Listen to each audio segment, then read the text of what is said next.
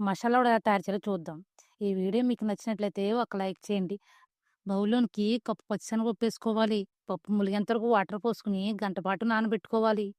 నానబెట్టుకున్న పచ్చిశనగపప్పుని మిక్సీ జార్‌లో ఏసుకొని కొద్దిగా అల్లం, పచ్చిమిర్చి, పావు టీ స్పూన్ జీలకర్ర, పావు టీ స్పూన్ ధనియాలు వచ్చు, సాల్టు ఇవన్నీ ఏసుకొని బరకగా మిక్సీ పట్టుకోవాలి.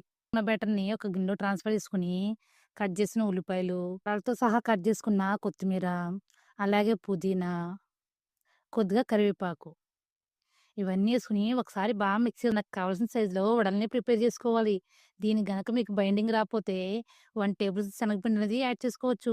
నూనె వేడైన తర్వాత మనం ప్రిపేర్ చేసుకున్న వడలేసుకోవాలి. ఏసిన 2 నిమిషాల పాటు కలపకుండా అలానే వదిలేయాలి.